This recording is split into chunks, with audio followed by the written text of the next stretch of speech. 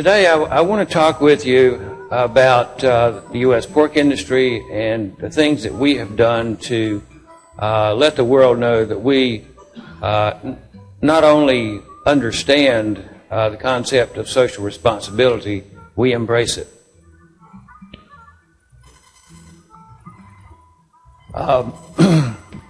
And, several years ago, we realized that even though we might be doing the right things on our farm every day, it's not enough for us to know that we're doing the right thing.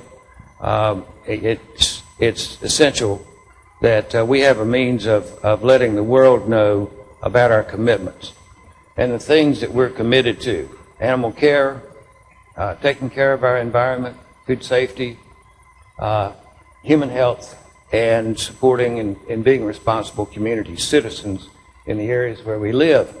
But the We Care emblem that you see here is more than a slogan. I mean, it really does have significance, because I think fundamentally, if the people who use our products and look at us understand that very simple concept that we really do care about what we do every day, that's what they want to know. They want to have confidence so that they can feel good about using our product. A part of this is a clear statement of what we stand for. Several years ago, we came to the conclusion, we are sick and tired of being defined by our detractors. And we felt that it was important to state to the world in very clear, concise language what it is that we stand for. Who are we? What are we committed to?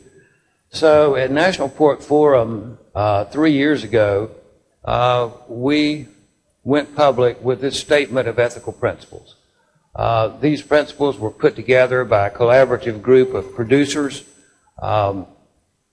We reached outside the pork industry and brought in animal scientists and ethicists and others to vet this process and to make sure that all of the things that we're committed to are clearly articulated. So we've affirmed our obligation to produce safe food, to protect and promote animal welfare, safeguard our natural resources in all of our practices. We ensure that things that we do every day ultimately contribute to sound public health, because healthy animals make safe food. And we affirm our obligation to provide a work environment for our employees and ourselves that are consistent with our other ethical principles. And then, last but not least, is our obligation to contribute to a better quality of life in our communities. But we didn't start thinking about this stuff last year or the year before that. There's quite a history of progressive work by the U.S. pork industry going back to the 80s when the Pork Quality Assurance Program was developed. That was primarily a program that to train and ensure the proper use of animal health products and food, pork quality program. The evolution of that, not PQA, in addition to PQA program, in 2003, we identified the need to address animal well-being specifically because PQA Plus had some aspects that touched on animal well-being, but it's primarily a quality program. So the Swine Welfare Assurance Program was developed and developed by the National Pork Board and distributed throughout the industry. It was a voluntary program, and it focused on animal care. But we realized that a voluntary program that nobody knew anything about was probably not going to be sufficient to satisfy interested parties, whoever they might be. And in 2005, I was part of what we refer to as a coalition discovery team. And it was representatives from the producer community, representatives from the major restaurant and grocery chains in the United States, packing and processing, all of, and representatives from USDA sat in on those discussions. And our commitment going into that is we were not going to leave the room until we had a path forward, something that addressed the concerns of every part of the chain. And, well, there was a series of 3 of these meetings, but in the first one, we did come out of that room with something concrete. We determined that whatever it is that we come up with has to be credible, workable, and affordable for all members, all participants in the pork chain.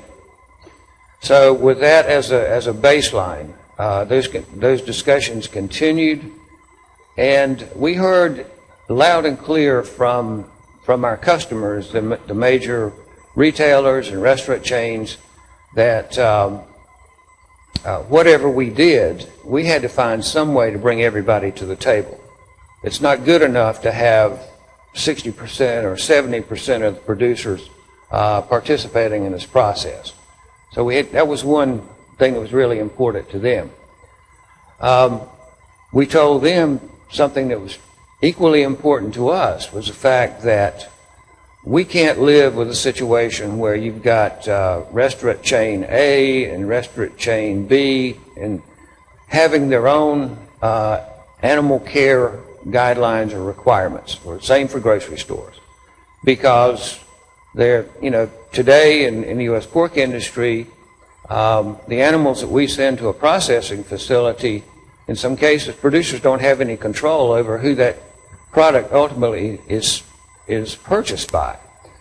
So requiring a producer to, if restaurant chain A says, if you're going to sell to us, you have to comply with our guidelines, and the next restaurant chain says, well, we've got a set of guidelines too, and they're different. If you're going to sell to us, you got to do this. So that's an unworkable situation for the industry as it's structured today. They got it. They understood. So those were some of the very important considerations that went into this discussion. But out of all of this, we determined that the way that the U.S. pork industry could respond in a positive way to this was through the National Pork Board and the checkoff-funded capabilities that the Pork Board brings. But the National Pork Producers Council was equally interested in this from a policy perspective. But to make a long story short, we came up with a revision to the old PQA program, and we added animal care as a specific component of that program. And the goal, the track that we're on now, is that packers and processors in this country would ultimately require certification under this program as a condition of market access. So, and we are on a track to make this thing work. But some of the major objectives: continuous improvement in everything that we do, demonstrate that we are accountable, and again, that it's workable, credible, and affordable for everybody involved.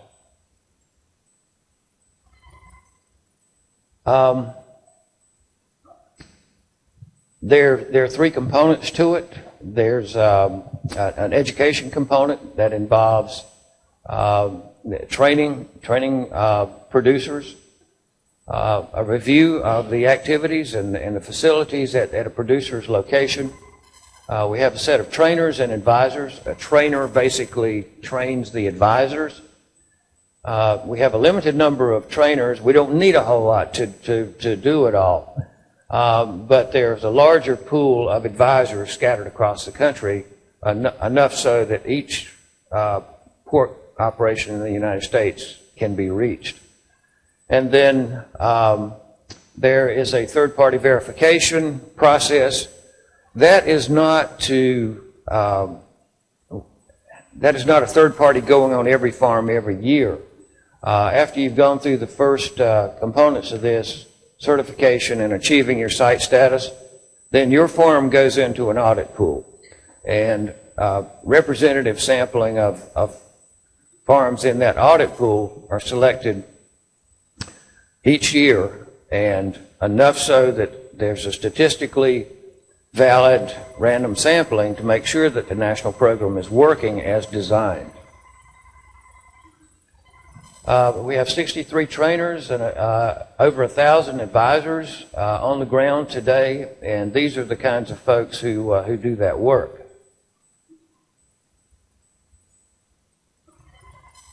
And conceptually, here's how it works. The certification would take place. The producer would go through the training process. There's a pass-fail test. Then the evaluation of that farmer's site takes place. And if problems emerge, then those are identified, and a corrective action plan has to be prepared, and then those are tracked through closure. And then the third step, as I said, is an independent third-party qualified auditing entity which will come in and do an analysis of the national program to ensure that it's functioning like it was supposed to. And here's where we are in the implementation process. This is a number of certifications since we started almost 3 years ago now, and you can see how quickly it's been embraced and adopted by the U.S. pork industry. And this is the site assessment component of it. All of the major pork producers, certainly the larger pork producers in the United States, are 100% compliant with this program. We still have a ways to go with some of the smaller independent producers that are the hardest ones to reach. And in some cases,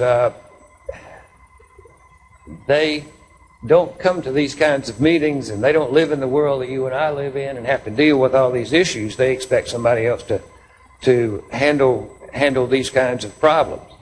So the more innovative industry leaders, in our case, is a low-hanging fruit. They're most capable of implementing things quickly and doing it right, and they're used to straightforward process models. But when you get down to individual small producers, the communications become more difficult.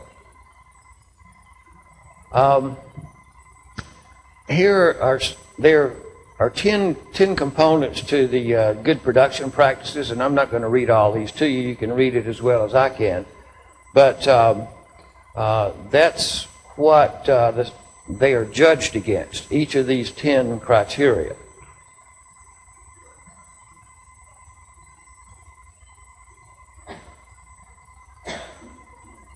So if you take them in totality, it's pretty comprehensive. It basically touches every aspect of our interaction with animals while they're on our farm. And then when it comes to the on-farm assessment, these are the things that are examined. Record keeping, verification that you've had training, emergency action plans, daily observations of the animals to look at body conditions, body space. Euthanasia is really an important area when it comes to animal well-being. It's a necessary component of live animal production. All of us know that, but we also understand the importance of doing it in a timely fashion and using the proper techniques. It's never going to be pretty no matter how you do it, but the way I explain this to producers is, follow the recommendations that have been published by the American Swine Veterinary Association and the National Pork Board, because you don't want to do anything on your farm that you wouldn't that you would be embarrassed by if it was on the 6 o'clock news tomorrow night. And then, so all of these bases are touched during the assessment of a farm. And then the third-party verification objectives basically is to measure the program nationally. How is the implementation coming along? Provide credible feedback to all those members of the pork chain that I mentioned earlier. And it provides an alternative to having to audit every farm every year. Initially, our major customers were thinking that that's the road that we had to go down. And, you should have seen the look on their faces when we told them there's 70,000 pork producers in the United States. It was like a deer in the headlights. So they realized at that moment that every farm every year was physically impossible. But at the end of the day, we did come up with something that we feel confident in, and that gives them the comfort to address the detractors when they come knocking on their door. I mean, the nemesis that we've all been talking about this week. One of their tactics over the past few years is when they got shut out in Washington, didn't get any traction in federal legislation. They've morphed into other strategies. They're going state by state, as we've already heard about, but they're also going to customers. And they will target a particular grocery store chain or a particular restaurant, and with protest and ugly stories, and so they show up in the offices of these food companies demanding certain things. So they needed a mechanism that was credible and transparent to demonstrate that everybody up and down the food chain was doing the right thing. Okay. Like I said, if once your farm has been assessed, you go into an audit pool, you may get selected for that third-party visit. And the third-party audit is really not to go in there and look at the nuts and bolts of how is this animal doing. It's to look and see, okay, when did you do a site status assessment of your farm? If so, did you pick up these things? And what did you find? And where's your corrective action plan? Has it been tracked through closure? Those are the kinds of things that a third-party auditor would look for. So this is the timeline that we are on. April,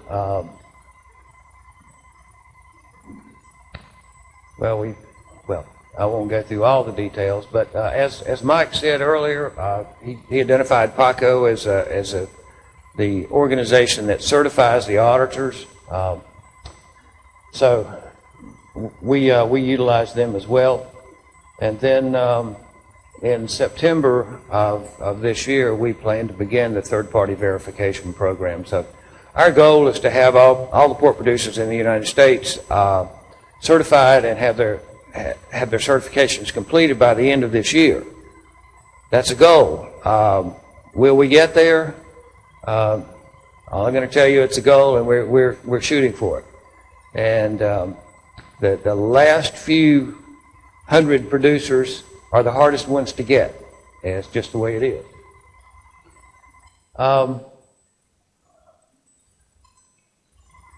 But the National Pork Board does not have legal authority to force producers to embrace this.